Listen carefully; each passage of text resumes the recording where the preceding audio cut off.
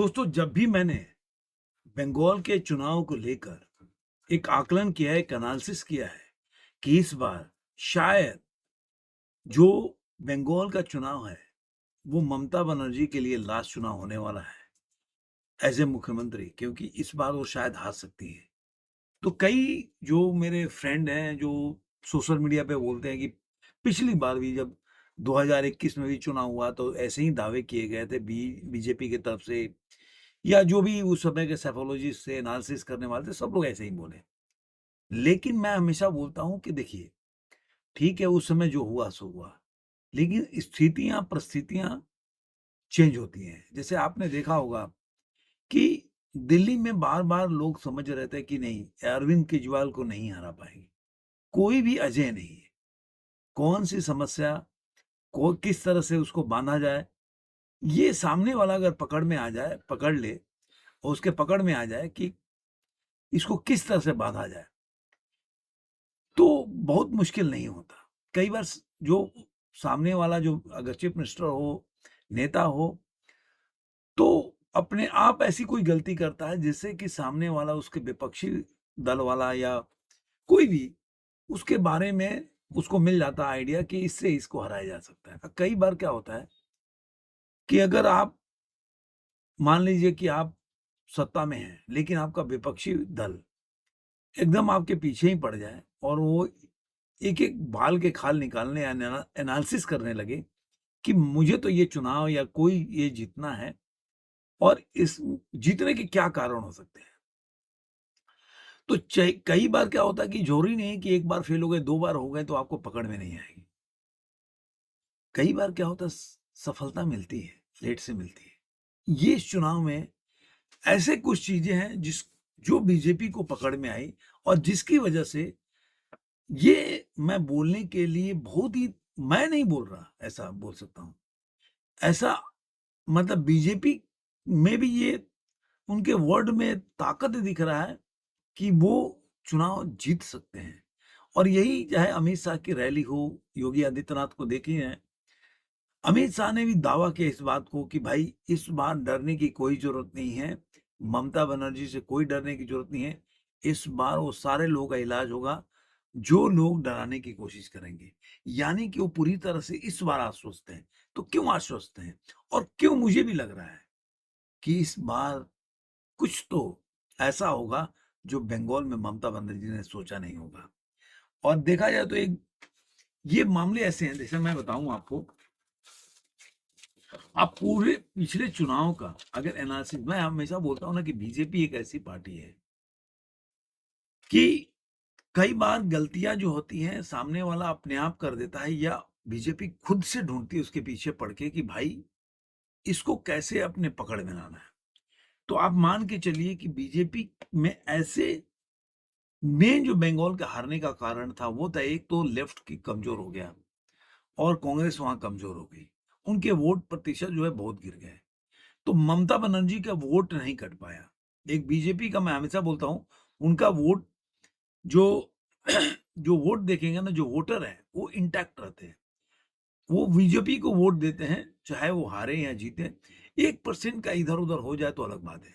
जब भी बीजेपी की जहाँ पे सरकार नहीं गिरी, वहाँ भी ऐसे ही होता है। ज़्यादा वोट प्रतिशत में गिरावट नहीं होती बीजेपी की। अभी तक तो यही है। जब से 2014 से चुनाव हो रहा है, नरेंद्र मोदी की सरकार हो रही है, तब से यही हो रहा है। आगे क्या होगा भविष्य में, जब कुछ ऐसा होगा तो ज़रूर उसका आकलन करेंगे।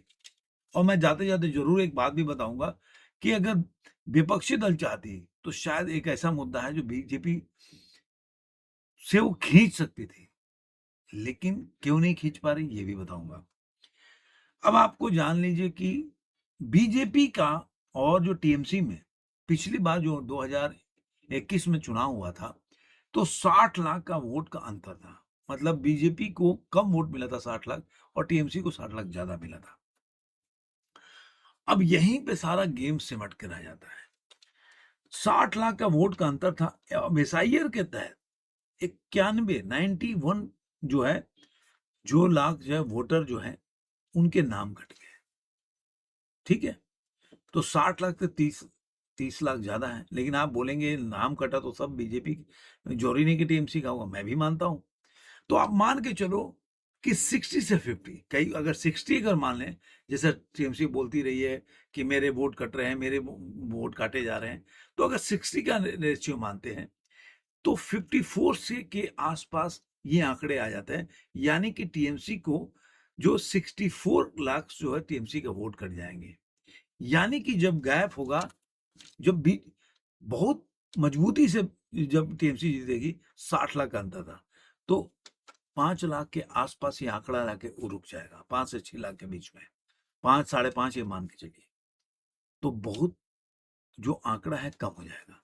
अगर मान लीजिए 45 मतलब 50-50 है, तो आप मान लीजिए कि 45-46 के आसपास, तो फिर 15 लाख का अंतर हो जाएगा।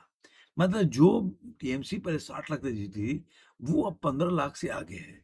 अब इसी 15 लाख को ज्यादा से ज्यादा को बीजेपी को पाटना है। अब ये 15 लाख कैसे?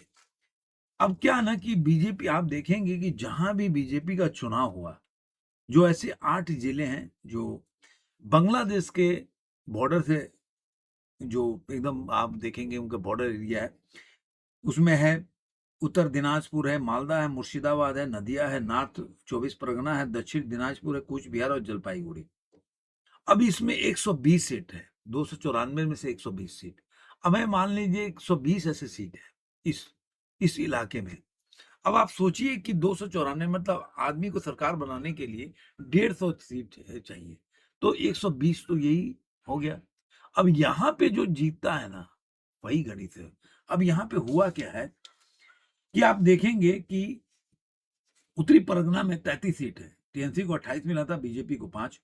हार जीत का अंदर जो था वो 9 लाख 13 हजार था वोट शेयर। अब जो ये अगर उसमें से 12 लाख 60 हजार वोट कट गए, तो आप सोचिए कि जितना हार का अंतर था, उससे करीब करीब 3 लाख 4 लाख ज्यादा वोट कट गए। तो मामला अब जो 33 सीट का है, वो मामला हो गया गंभीर, कि मतलब अब उठ जो है किसी करवट भी यहाँ 24 परगना में बदल सकती है। मुर्शिदाबाद जहाँ 22 सीट है, वहां पे देखेंगे बीजेपी को 2 मिली थी और जो टीएमसी को 18 मिला था। यह हार जीत का अंदर 12 लाख और 7 हजार था। अब वोट कटे 7.5 लाख, तो अब 7.5 लाख वोट कटे, और तो आप ढाई और मान लीजिए कि ढाई और 2, 4.5 लाख का अंतर रह गया।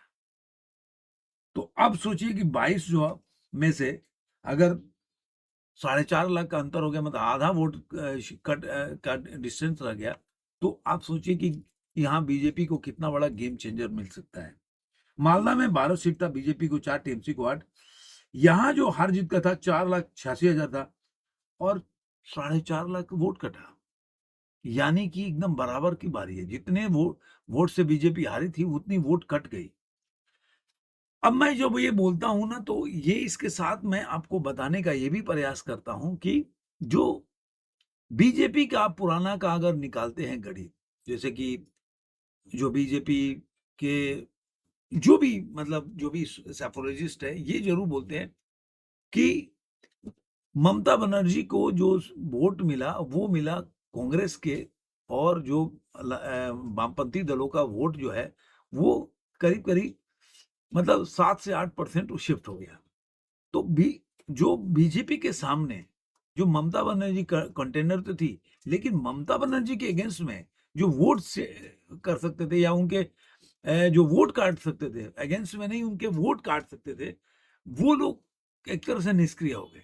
लेकिन इस बार वो एक तो एसआईआर जो है, आप बोल सकते हैं कि ममता बनर्जी के बहुत से वोट बैंक में एक डायरेक्टली सेटबैक मिला है, और दूसरा हुमायूं कबीर और जो ओवैसी हैं, वो कितना इसको ज्यादा पोलराइज कर पाते हैं और कितना वोट काट पाते हैं, ये बड़े वाले। और आप देखेंगे मुर्शिदाबाद से लेकर जो मुस्लिम बहुल इलाके हैं, वहां पे कहीं ना कहीं हुमायूं कबीर का, भले ही वो स्टिंग ऑपरेशन आ गया जो भी हो, एक अपना वहां पे जरूर से लोगों में पकड़ है। तो अभी कितना चुनाव में ये पकड़ जो है वो कैरी कर पाता है, ये देखने वाली बात होगी। अब सवाल ये उठता है, दो चीजें हो गया, एक तो जो वोट काटने वाले लोग हैं, टीएमसी कांग्रेस को मिलेगी कुछ तो सीट, उनको वोट तो मिलेगा ही, और दो और प्रतिद्वंदी आ गए। और सबसे बड़ी बात इसके साथ कि आपको क्या देखने से मिलेगा, पहली बार बंगाल में आप कोई भी न्यूज़ चैनल उठा दीजिए, उसमें आपको कहीं भी देखने को ये मिलेगा कि जो लोग पहले इसके पहले वाले चुनाव में बीजेपी के जो झंडे थे, वो आपको घरों पे के ऊपर लहराते हुए नहीं दिखते थे। लोगों में एक दहशत था, डर था। वो कहीं न कहीं इस बार नहीं दिख रहा है।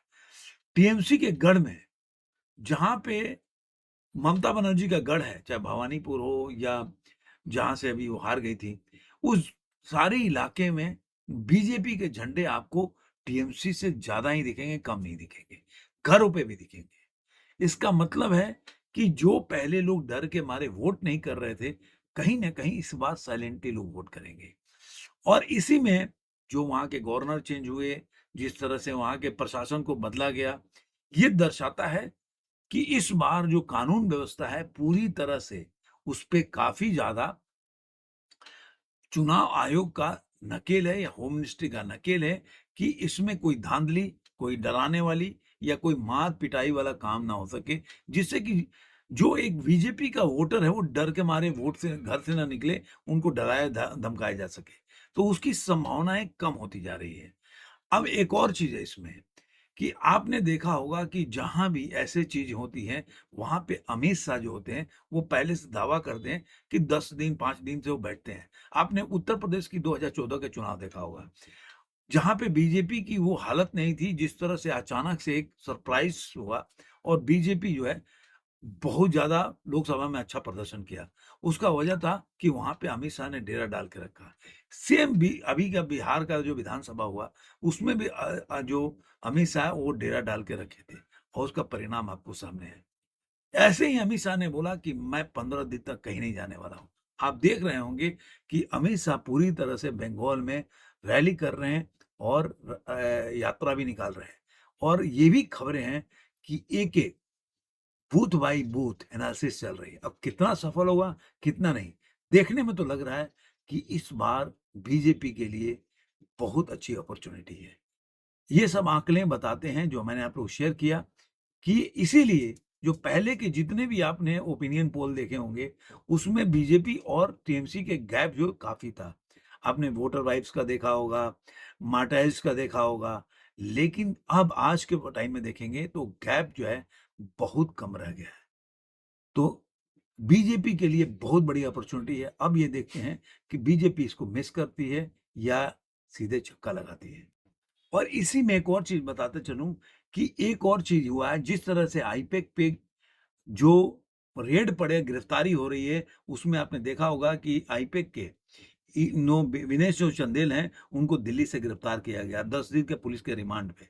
अब पता ही होगा कि 50 करोड़ से अधिक के मामले हवाला के से लेन-देन का है और गिरफ्तारी से पहले दिल्ली, हैदराबाद, बेंगलुरु में आईपैक के ठिकानों पे, जो कि ममता बनर्जी के साथ काफ़ी अच्छी जिसके लिए ममता बनर्जी चली गई थी और फाइल लेके चली गई थी ब्लू रंग का, जो काफ़ी एक बना। तो ये चीज़ बताता है कि ये एक ममता बनर्जी पे हर तरीके से नकेल कसा जा रहा है। धन्यवाद।